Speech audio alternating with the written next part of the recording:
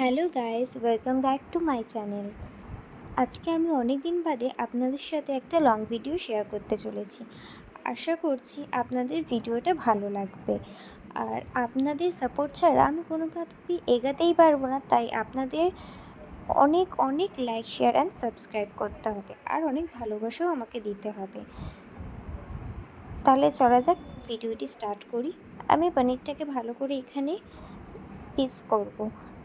আমি এখানে দু রকমের সাইজ দেখাচ্ছি, আপনারা চাইলে যে কোনো সাইজ করতে পারেন, কিন্তু এর থেকে বেশি ছোট করবেন না, কারণ এর থেকে বেশি ছোট করলে পনিরটা সফট থাকবে না, একদম জুসি জিনিসটা এর মধ্যে আর থাকবে না, একদম হার্ড হয়ে যাবে। আর এর থেকে বেশি বড় সাইজ করলে পনিরের ভেতরে মশলাই যাবে না, আমি এটা মনে করি।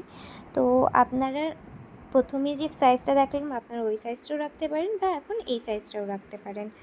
আমি এই সাইজটাই করেছি। তারপরে আমি পনিরের প্রত্যেকটা পিসকে আমি সেম সাইজ করে নিয়েছি, আর পনিরটা কাটার পরে আমি এগুলোকে আলাদাও করে নিয়েছি, যাতে ম্যারিনেটের সময় পনিরের পিসগুলো ভেঙে না যায়। আমি যে টক দইটাকে আমি জল ঝরতে রেখেছিলাম, সেই টক দইটা আমি এখানে দিয়ে দেব। আমি এখানে 1/2 টিস্পুন গোলমরিচ গুঁড়ো, 1 টিস্পুন ধনে গুঁড়ো, 1 টিস্পুন জিরে গুঁড়ো দিয়েছি। আর এখানে আমি বিট নুনের ব্যবহার করেছি, আপনারা চাইলে নাও করতে পারেন।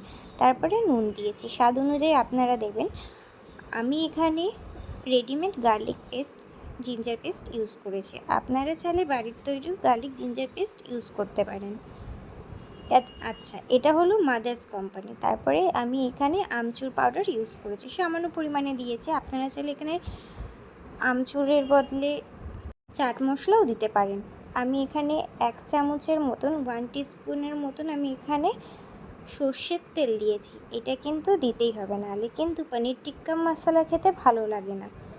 আমি এগুলো দিয়ে সব কিছু দিয়ে এর মধ্যে, আচ্ছা, আমি এখানে কাশ্মীরি লাল মির্চের ব্যাপারটা অনেকটা পরিমাণে কম করেছি, কারণ আমার বাড়িতে ছোটো বাচ্চারা আছে, তো তারা খাবে, তো তাই জন্য আমি এখানে কাশ্মীরি রেড চিলি পাউডারটা আমি অনেকটাই কম পরিমাণে দিয়েছি। আপনারা কিন্তু প্রায় 2 টিস্পুন ব্যবহার করবেন, তাতে দেখতেও ভালো লাগে আর স্বাদটা একটু ঝাল ঝাল হয়। এখানে কিন্তু আমি লঙ্কার ব্যবহার সেইভাবে করিনি, আপনারা চাইলে কিন্তু কাশ্মীরি রেড চিলি পাউডারও ইউজ করতে পারেন আর নর্মাল রেড চিলি পাউডারও ইউজ করতে পারেন, এটা আপনাদের ওপর ডিপেন্ড করে করছে।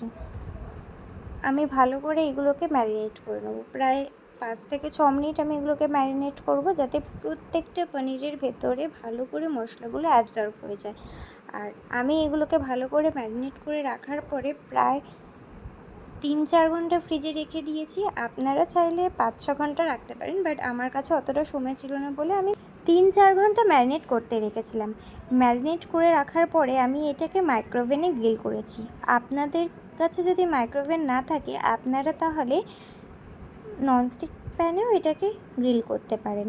যেহেতু আমার কাছে ননস্টিক প্যান নেই, তাই জন্য আমি এটাকে মাইক্রোওভেনেই গ্রিল করেছি।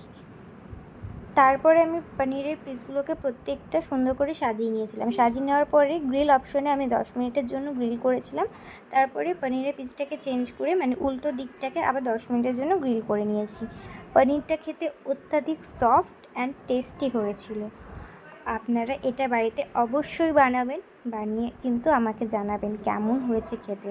আর লাইক, শেয়ার, সাবস্ক্রাইব করতে কিন্তু ভুলবেন না। আপনাদের ভালোবাসাতেই কিন্তু আমি এগিয়ে যেতে পারবো, তাই জন্য আপনাদের লাইক, শেয়ার আমার জন্য অনেকটাই গুরুত্বপূর্ণ। আর সাবস্ক্রাইব করতে কিন্তু ভুলবেন না। আর এটা বানিয়ে বাড়িতে দেখবেন কেমন লেগেছে খেতে, আমাকে কিন্তু অবশ্যই জানাবেন। Tata, bye bye.